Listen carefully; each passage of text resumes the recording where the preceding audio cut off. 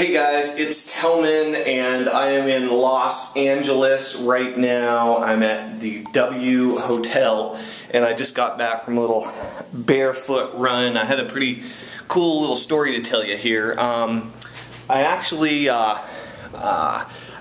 just got back from a run. I ran up a little hill called Runyon, and the last time I ran up Runyon was when I was here about 4 years ago, before the run across the country and before I started barefoot running, and I got severely injured. But I didn't know it at the time while I was running up Runyon in normal running shoes. This is even pre-Vibrams for me, pre-Five Fingers for me. And what ended up happening was there's something that happened on that run that set off something in my hamstring and my sciatic nerve in my left leg that ultimately caused my sciatic nerve and one of my, you have three hamstring muscles in your hamstring. It caused them to fuse together and scar, and so that's one of my biggest Achilles heels. One of my challenges that I have to deal with is the fact that my sciatic nerve and my hamstring are scarred together in my left leg, and it hurts every day and every time I run. It's very painful. And so I was running in shoes. I had some sort of a misstep or something, apparently a very minor thing that can cause this to happen. And since then, my left leg has gotten tighter and tighter and tighter and tighter and tighter, and I've never been able to find a solution for it, other than possibly surgery. And I'm not really excited about taking the risk on, cutting my sciatic nerve in my leg with surgery. So I'm still looking for a solution. So if you know of any solutions for that particular problem, please, by all means, let me know in the comments below.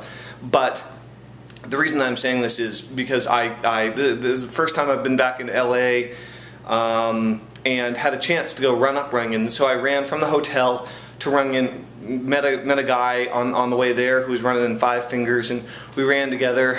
Jerome, thanks for pointing me in the right direction. Thanks for that bottle of water too. I needed that. Anyway, the basic point is that I decided to go and run up this mountain barefoot several years later after that injury happened, is kind of like a quasi-spiritual kind of sacrifice or something, to go up there in hopes that maybe running up there barefoot would help loosen my leg up and kind of get me back where I want to be. So anyway, the biggest thing I would say to you is do what you're afraid of. The moral here is, if there's something out there that makes you nervous, if there's something out there that makes you scared, I really want you to think about being scared and being nervous about doing something is an indicator that it's important to you.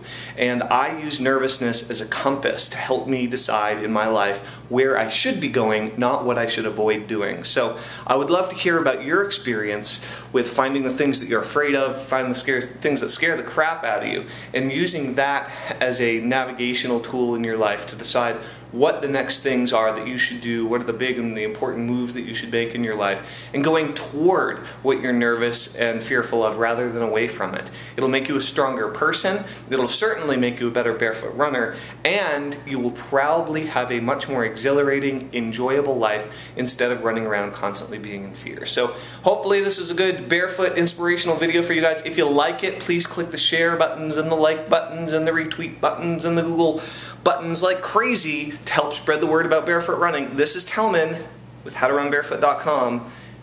Run barefoot all the time. That's it. SHABAMBO.